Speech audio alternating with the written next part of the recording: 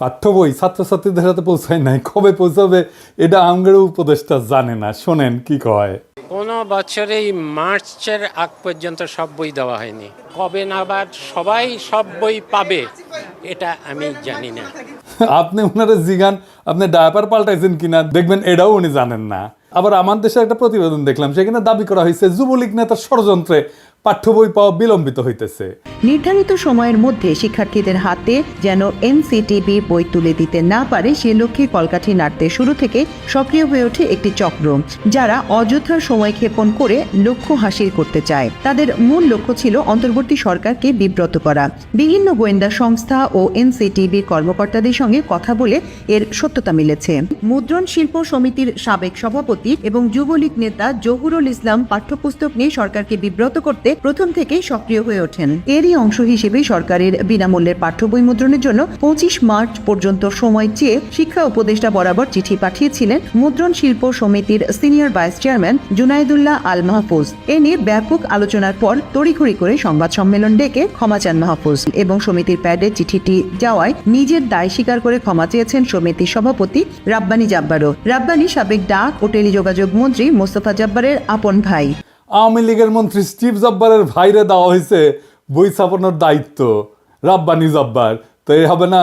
যাই হোক, আজকে আমি এই শিক্ষাক্ষেত্রে বিশেষ করে প্রাথমিক আর মাধ্যমিক শিক্ষার ক্ষেত্রে সিলেবাস, পাঠ্য বই, পরীক্ষা পদ্ধতি এই সমস্ত নিয়ে শিক্ষা ব্যবস্থার সংস্কার নিয়ে কথা বলবো। শিক্ষা সংস্কার নিয়ে কথা বলার আগে দুটো জিনিস নিয়ে একটু কথা বলে নিই, এটার সাথে সম্পৃক্ত। ছাত্ররা বই পায় নাই। এই যে মাসুদ কামাল কইতেছে হাসিনার আমলে কখনোই বই পাইতে দেরি হয় নাই। শোনেন কি কইতেছে, তার মুখেই শোনেন। এত বছর ধরে মানুষ স্বৈরাচার মৈরাচার সব বলছি, গালাগালি সব করছি, একটা কিন্তু পোলাপন বই পাইছে না, উনি দিতে পারবেন না। সে কি ঠিক বলিছে? দেখেন, এটা 2023-এর খবর, বই ঠিক সময় মতো পাইছে। আবার দেখেন, এটা 2022-এর খবর, তার আগের বছর ঠিক সময় মতো বই পাইছে। 2023-এর আর একটা খবর দেখায় যে দেখেন ঠিক সময় মতো বই পাইছে। তাহলে মাসুদ কামাল কেন বলে যে হাসিনার আমলেও বই পাইছে 1 তারিখে? মাসুদ কামাল হাসিনার লেসপেন্সারি করিচ্ছে, ফ্যাসিবাদের লেসপেন্সারি করিচ্ছে, এটা টের পাচ্ছি। কারণ মাসুদ কামাল মনে করিচ্ছে আওয়ামী লীগ যদি আবার ক্ষমতা এসে যায় তাহলে একটা দাও মারা লাগবে। যাই হোক, এটার বাইরে একটা কারণ আছে। কারণ এটা হচ্ছে বাংলাদেশ। কেউ যদি প্রমিনেন্স পায়, নিজেরা ঈশ্বর ভাবতে থাকে, সে নিজেই রেফারেন্স উৎপাদন করে, নিজে চেক করবে তার টাইম কই। তাহলে এই যে মিছা কথাটা সে কইল, তার কি হবে? মাসুদ কামাল সিনিয়র সাংবাদিক। যাই হোক, আমি তার উপরে এখনই চড়াও হব না, তার আমি বেনিফিট অফ ডাউট দিতে চাই। স্লিপ অফ টাঙও তো হইতে পারে, ভুল হইতে পারে। কিন্তু মাসুদ কামাল এর পরে যদি ভুলভাল মিছা কথা কইছেন তাইলে গেলে বুঝেছেন একেবারে কচ্ছপের কামড় দিয়ে ধর্ম কলে। এবার আসেন, বইয়ের সিলেবাস পাল্টাইছে সরকার, জুলাই আগস্টের বিপ্লবের ঘটনা ঢুকাইছে। কি ঘটনা করিছে সেটা এনা দেখি, আসেন। দেখেন, হাসিনার নাম নেয়নি, পরে মনে হয় পুলিশের দায় শুধু। আওয়ামী লীগ নাই, ছাত্রলীগ নাই, গণঅভ্যুত্থানের বিরুদ্ধে মেইন কালপ্রিটের নাম নাই। এরা বাচ্চাদের কি শিক্ষা দিতে চায়? যদি বইয়ে হাসিনার নামই লেখা না হয়, আওয়ামী লীগের নামই লেখা না হয়, ফ্যাসিবাদের নামই লেখা না হয়, তাহলে গণঅভ্যুত্থানটা হইল কার বিরুদ্ধে? জনগণ তো হাসিনার বিরুদ্ধে দাঁড়াইছে। পুলিশ তো প্রতিরোধ করতে গিয়ে নিপীড়ন করছে হাসিনার অর্ডার নিয়ে। এই নৃশংস প্রতিরোধের দায় কেবল পুলিশকে দিচ্ছে কেন? হাসিনার নাম কেন নিচ্ছে না? বাচ্চাদের জানা উচিত না হাসিনা জোর করে ক্ষমতায় থাকা এবং তার অপশাসনের বিরুদ্ধে আমরা ফাইট করছি। আমাদেরকে এখনো কারা হাসিনার রাজ্যে রাখতে চাচ্ছে, যে রাজ্যে হাসিনাকে কালপ্রিট বলা যাবে না? তো কে লিখেছে? রাখাল রাহা। ওর আসল নাম সাজ্জাদুল হক। এই এত ইসলামোফোব যে নিজের মুসলমান নামটা পাল্টা এটা হিন্দু নাম নিছে, প্রগতিশীল হয়েছে। যে বইটা দেখালাম এটা 5ম শ্রেণীর বাংলা বই। এখানে যে খুনি ফ্যাসিস্ট হাসিনার নাম লেখা হয়নি তা না। 9ম 10ম শ্রেণীর বাংলা বইয়ে জুলাই আন্দোলনের ইতিহাস কেন্দ্রিক একটা গদ্য যুক্ত করা হয়েছে, এটাতেও খুনি হাসিনার নাম লেখা হয়নি, আওয়ামী লীগের নাম নেওয়া হয়নি, ছাত্রলীগের নাম নেওয়া হয়নি। নাম না নিয়ে এরা ইতিহাস লিখেছে। কি লিখেছে দেখেন, মূলোৎপাটন করবে শাসন ক্ষমতা আঁকড়ে থাকা ফ্যাসিবাদী এক শাসককে, নিপীড়ক সরকারও প্রস্তুত, তার আছে দলীয় বাহিনী। দেখেন, হাসিনার নাম নেয়নি, দলীয় বাহিনী ইউজ করছে হত্যাযজ্ঞ চালাইতে। কিন্তু এই দলীয় বাহিনী আওয়ামী লীগ ছাত্রলীগের নাম লিখতে এদের জাত যায়, লজ্জা লাগে।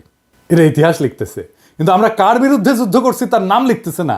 কারা শহীদদের খুন করছে, গুলি করছে, পঙ্গু বানাইছে, অন্ধ বানাইছে, তাদের পরিচয় বলতেছে না। এটা কেমন ইতিহাস? আবার দেখেন লিখছে, কিন্তু প্রতিরোধ করেছিল সরকারি দলের দুর্বৃত্ত বাহিনী, তাদের পাশে ছিল রাষ্ট্রীয় বাহিনীগুলোর ক্ষুদ্র একটা বিপদগামী অংশ। মানে বুঝিছেন, সরকারি দলের দুর্বৃত্ত বাহিনী বলতে পারতেছে, যেন এই বাহিনীর নাম নাই। আপনারা দেখেন রাষ্ট্র বাহিনীর একটা ক্ষুদ্র অংশ নাকি বিপদগামী ছিল। হ্যাঁ, হাই সেলুকাস, যেখানে আস্ত একটা পুলিশ বাহিনী, আস্ত র্যাব, ডিজিএফআই, এনএসআই, ডিবি জনগণের বিরুদ্ধে দাঁড়াইছে, সেখানে ক্ষুদ্র একটা বিপদগামী অংশ নাকি দাঁড়াইছে। কি কারে ইতিহাসের বিকৃতি বলেন? এই ইতিহাস ঘটার 4-5 মাস না যাইতেই এই ইতিহাস বিকৃতি, তাও গণ অভ্যুত্থানের সরকার ক্ষমতায় থাকা অবস্থায়। পরে কি হবে তাইলে ভাবেন। এই বই রাখালরা ঢুকে দেবেন, হারামজাদা বুদ্ধিজীবী চাইছে। এবার বুঝেছেন তো কেন আমি বানবু সুশীলগের আর বামদের গেলাই। সিলেবাস নিয়ে হাসিনার আমলে কত কাণ্ড হইতো আপনাদের মনে আছে না? আমি একটার পর একটা এপিসোড করেছি, যে দেখেন কতগুলো এপিসোড করেছি অসঙ্গতিগুলো দেখা দেওয়ার জন্য। সিলেবাস নিয়ে সিরিয়াস কাজ হাতে গোনা বাংলাদেশে কয়েকজন করছে, তার মধ্যে আমি একজন। একবার ঘুণাক্ষরও আমারে কইল না, ভাই আপনার মতামতগুলো কি বলেন, বইগুলো দেখে একটু মতামতগুলো দেন, বলে না। আমি যে খুব জ্ঞানী লোক তা না, কিন্তু আমাকে দেখতে দিলে তো ক্ষতি নাই, তাই না? আমার রিকমেন্ডেশন নিয়েন না, দরকার হইলে একটা মতামত তো ফ্রি পাইতেন, তাই না? এই রাগালরা যে কাজটা করিচ্ছে, টাকা নিচ্ছে, গাড়িতে ঘুরিচ্ছে, গাড়ি পাইছে একটা ফ্রি, অফিস পাইছে, স্টাফ পাইছে, আমরা তো টাকাও দিতে হতো না। তো সাজেশন নেন না কেন? কারণ হইতেছে রাখালরা শুধু হিন্দু নামই নেয়নি, তার সাথে হিন্দু ধর্মের বর্ণ প্রথাও নিছে। আমি তো নমশূদ্র, তাই আমার সাজেশন নিলে জাত যাবে রাখাল রাহার। রাখাল রাহালে কেউ দেখলে জিগায়েন তো, ওই যে ক্ষুদ্রকালে ওর যন্ত্রের যে কর্তৃত্ব চামড়া আছে না আগা, ওটিকে আবার লেগে নিছে নাকি প্লাস্টিক সার্জারি করে। যাই হোক, দেখেন আসিফ মাহতাব উৎস যে নতুন বই নিয়ে কি কইতেছে, ওরাও তো খুশি না। দেখেন তার ভিতরে কি কি দিচ্ছে তার একটা নমুনা কেউ একজন লিক করেছে, এবং এটা আসলেই যে তাদের মধ্যে আছে সেটা আমরা কনফার্ম করেছি। যে একটা গল্প তারা দিয়েছে, এটা আপনারা সব অনলাইনে পাবেন। তো গল্পটার এখানে অনেক সুন্দর সুন্দর কথা আছে, তার মধ্যে আমি একটা পড়ে শোনাই, যেটা পড়তেও আমার ভালো লাগছে। Sundays try to walk like a lady and not like the sluts that you bent on becoming. এটার মানে হচ্ছে এইভাবে, মানে রবিবারে ভালোভাবে হেঁটে যাবে, যাতে করে তুমি যেই খান কি না সেটা হতে চাও, তুমি সেটা না হতে পারো। এবং এই গল্পে এই ওয়ার্ডগুলি, মা মেয়েকে খানকি ডাকছে, এটা মানে বারবার আসছে। আমি জানি না এই গল্পটা আমাদের সাহিত্য বা ইংলিশের ক্লাস 9-এর বইয়ে থাকা কতটা প্রয়োজন। তার মানে সিলেবাস নিয়ে ঝামেলা মিটাতে পারে নাই। এবার আসেন আমি সলিউশন নিয়ে কথা বলি। এখন যেভাবে বই ছাপা হয় সেটা বন্ধ করতে হবে, তাইলে পরিবেশের ক্ষতি কিছুটা কমবে। গাছ কাটতে হবে না এই কাগজ তৈরি করার জন্য, কোনো ছাপা বই থাকবে না। ছাত্রছাত্রীরা ট্যাব পাবে, ট্যাব 1 বছর বইয়ের জন্য প্রত্যেক ছাত্রের পিছনে খরচা হয় প্রায় 500 টাকার মতো। ট্যাবের আয়ুষ্কাল যদি 3 বছর ধরি, তাহলে এই 3 বছরের খরচা মানে 1500 টাকায় বাংলাদেশে একটা উন্নত মানের ট্যাব উৎপাদন করা যাবে, যেটা পড়ালেখা করতে পারবে। চিন্তা করেন কি পরিমাণে কর্মসংস্থান হবে যদি আমরা বাংলাদেশে ট্যাব উৎপাদন করতে পারি। আবার ট্যাবের তো ট্রাবল শুটিং হবে, রক্ষণাবেক্ষণের জন্য নানা উদ্যোগ গড়ে উঠবে, নানা লোক এখানে কাজ করবে। এইটা সব স্কুল মাদ্রাসা একসাথে থাকবে, একটা সেন্ট্রাল ডেটাবেজে ভ্যালিডেটেড চ্যাপ্টার থাকবে, বইয়ের লেখে লেখে ওইখানে ভ্যালিডেটেড চ্যাপ্টার একটা স্টোর করা হবে আর্কাইভে। ওই আর্কাইভে চ্যাপ্টারগুলো থাকবে, বইগুলো লিখবে স্কুল আর মাদ্রাসার শিক্ষকেরা, ভ্যালিডেট করবে একটা বোর্ড। সংশ্লিষ্ট স্কুল বা মাদ্রাসার নিজের বই বা নিজের মডিউল সেন্ট্রাল ডেটাবেস থেকে, ওই আর্কাইভ থেকে চ্যাপ্টার দিয়ে নিজেরাই তৈরি করে নেবে ইলেকট্রনিক্যালি। বলবে এই আমার বই এই চ্যাপ্টারগুলো থাকবে, ব্যাস বই তৈরি হয়ে গেল। ওটা ডাউনলোড করে নেবে ছাত্ররা। এটা সুবিধা হচ্ছে স্থানীয় ভিত্তিতে নিজস্ব সিলেবাস তৈরি হবে। ধরেন আমি একটা এক্সাম্পল দিই, ময়মনসিংহ, রাজশাহী, চাঁপাইনবাবগঞ্জ, পাবনা, বগুড়া, কুড়িগ্রাম, গাইবান্ধা, এই সমস্ত অঞ্চলে একটা বিশেষ রোগ হয়, জানেন, খুব খতরনাক রোগ হয়। এটার নাম হইতেছে কালাজ্বর। এইখানে কালাজ্বরের কিভাবে প্রতিরোধ করা যায়, কালাজ্বরের রুগীকে কিভাবে আইডেন্টিফাই করা যায়, সেই বিষয়গুলো যদি ওই অঞ্চলের বইগুলোতে থাকে, তাইলে চিন্তা করেন ওই অঞ্চলের ছেলে মেয়েগুলো যায় না উঠবে কিভাবে এই রোগটাকে সামলানো যায়। স্থানীয় অঞ্চলের সংস্কৃতি স্থানীয় স্কুলে পড়ানো হবে। ধরা যাক ময়মনসিংহ গীতিকা, এটা পড়ানো হবে ময়মনসিংহ অঞ্চলের স্কুলগুলোতে। লবণাক্ততা, এটা থেকে বাঁচার উপায়, এটার পড়ানো হবে উপকূল অঞ্চলে। চাঁপাইনবাবগঞ্জে পড়ানো হবে গম্ভীরা, স্থানীয় সংস্কৃতি। কালাইয়ের রুটি, পার্বত্য চট্টগ্রামে ম্যালেরিয়া পড়ানো হবে। অত্যন্ত রিচ কারিকুলাম তৈরি করতে পারবো আমরা। স্কুলের শিক্ষক আর স্থানীয় স্কুল কমিটি তাদের বই ঠিক করে নেবে। বইয়ের সাথে সাথে কয়েক হাজার প্রশ্নও তৈরি করা থাকবে। এই প্রশ্ন করার জন্য কোনো ঝামেলার দরকার নাই। চ্যাটজিপিটিতে বইটা আপলোড করে দিয়ে বললেই হবে এই বই থেকে 2000 প্রশ্ন তৈরি করে দাও, উত্তরও তৈরি করে দাও, তাইলে তারা প্রশ্ন তৈরি করে দেবে, উত্তরও তৈরি করে দেবে। বইয়ের চ্যাপ্টারের ভ্যালিডিটি থাকবে 3 বছর। প্রত্যেক বছর এই আর্কাইভে নতুন নতুন চ্যাপ্টার তৈরি হবে, আর যুক্ত হবে। স্কুলে স্কুলে কম্পিটিশন হবে বইয়ের চ্যাপ্টার লেখার জন্য ছাত্রদের মধ্যে। ছাত্ররাই লিখবে নিজেদের বইয়ের চ্যাপ্টার। ক্লাস 9-এর ছাত্ররা তো অবশ্যই ক্লাস 8-এর ছাত্র বই লিখতে পারবে, তাই না? আমরা সেরা চ্যাপ্টারগুলো সারা দেশ থেকে বের করে নিয়ে এসে আর্কাইভে রাখবো। সারা দেশে স্কুল ছাত্ররা যদি লেখে, তার মধ্যে থেকে আমরা নিশ্চয়ই 10-12টা ভালো চ্যাপ্টার পাবো যারা ভালো লিখছে। প্রত্যেক চ্যাপ্টারের জন্য অনলাইন টিচিং মডিউল তৈরি করব। অনলাইনে সেইখান থেকে মূলত শিখবে ছাত্ররা। আমাদের কোয়ালিটি শিক্ষকের সমস্যা কমবে, একজন লক্ষ লক্ষ ছাত্রকে পড়াইতে পারবে। সেরা শিক্ষকেরা টিচিং মডিউল তৈরি করবে। সারা দেশে একই রকমের শিক্ষার মান নিশ্চিত হবে। পরীক্ষা হবে ইলেকট্রনিক্যালি। কিভাবে?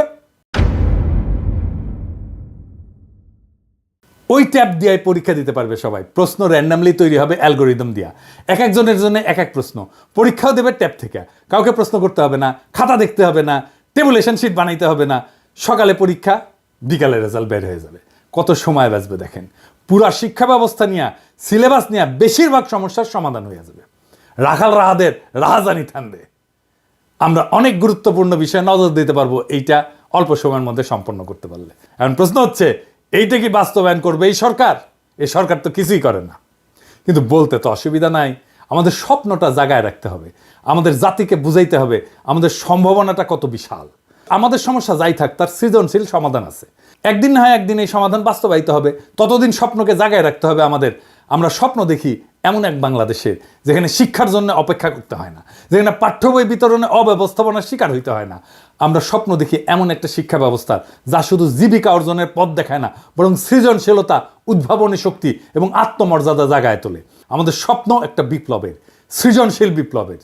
এই বিপ্লব কোনো বন্দুকের গুলিতে না, কোনো আন্দোলনে না, কোনো প্রতিবাদের মিছিলে না। এটা হবে আমাদের চিন্তায়, আমাদের দৃষ্টিভঙ্গিতে, আমাদের কর্মের মাধ্যমে বিপ্লব। আমরা বিশ্বাস করি প্রত্যেকটা শিশু একটা সম্ভাবনার প্রদীপ। আমাদের কাজ সেই প্রদীপের আলোকে জ্বালানো। তাদের হাতে কেবল সঠিক বই তুলে দেওয়া না, বরং এমন একটা শিক্ষার প্ল্যাটফর্ম দেওয়া যেখানে তারা নিজেদের শ্রেষ্ঠ সংস্করণ হয়ে উঠতে পারবে, সেই তার বেস্ট ভার্সন হয়ে উঠবে। আমরা চাই প্রত্যেকটা শিশু জানুক যে তারা কেবল ভবিষ্যতের অংশ না, তারা নিজেরাই ভবিষ্যৎ। এই শিক্ষা ব্যবস্থা তাদের আত্মবিশ্বাস, সৃজনশীলতা এবং নেতৃত্বের গুণাবলী গড়ে তুলবে। তারা শুধু স্বপ্নই দেখবে না, তারা স্বপ্ন বাস্তবায়নও করতে শিখবে। এই বিপ্লব আমাদেরকে শুরু করতে হবে। আমাদের চিন্তা, কথা এবং কাজের মাধ্যমে আমরা সেই আগুন চারিদিকে ছড়ায় দেব। আমরা প্রমাণ করব শিক্ষা শুধু এক প্রজন্মকে না, পুরা জাতিকে বদলায় দিতে পারে। আসেন আমরা এই স্বপ্নের অংশ হই। আসেন আমরা সৃজনশীল বিপ্লবের সৈনিক হই। ইনকিলাব জিন্দাবাদ।